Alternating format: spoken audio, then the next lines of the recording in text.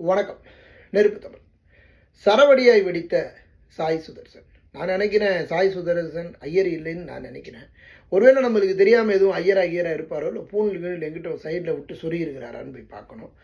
தெரிந்த வரையில் 100% சாய் சுதர்சன் ஐயர் இல்லை. ஒரு பூணல் போடாத ஒருத்தன் மீண்டும் அவதாரம் எடுத்து இனிமேல் இந்திய அணியில் மிகப்பெரிய ஒரு இடத்தை பிடிக்கக்கூடிய அளவிற்கு இடம் பிடிச்சிட்டாரு அப்படிங்கிறது தான் பெரிய ஒரு இனி வாழும் நடைமுறையாக இருக்கும். நடராஜன் ஒரு நல்ல ஒரு பந்து வீச்சாளராக இருந்தாலும் அதற்கப்புறம் வாய்ப்புகள் சரியாக கொடுக்கப்படலை. அதற்கப்புறம் அவருடைய காயம் இதெல்லாம் அவரினுடைய இந்திய அணியில் அவருக்கு கிடைத்த வாய்ப்பு அப்படிங்கிறது ஒரு பெரிய கேள்விக்குறியாக்கியது. ஆனால் சாய் சுதர்சன் பொறுத்த வரைக்கும் அப்படி எதிர்ப்பதற்கான வாய்ப்புகள் இல்லை.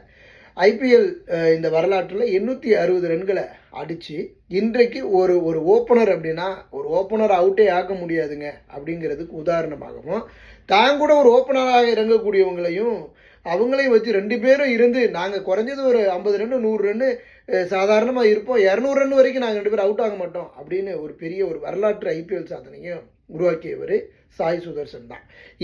இந்தியா இங்கிலாந்துக்கு செல்லக்கூடிய டெஸ்ட்டில் அவருக்கு ஒரு பெரிய ஒரு வாய்ப்பும் கிடைத்திருக்கு. இந்த வாய்ப்பு மட்டுமல்ல, இவர் முத்தரப்பு அனைத்து கிரிக்கெட் ஆட்டங்கள்லையும் இவர் விளையாடி மிகப்பெரிய ஒரு தமிழ் சமூகத்தினுடைய ஒரு பெரிய ஒரு வரலாற்று நாயகனாக வலம் வருவார் அப்படிங்கிறதுல மாற்று கருத்து இல்லை. இருப்பினும் அவருடைய இந்த சரவடி ஆட்டத்திற்கு வாழ்த்துகள் வளர்வதற்கு.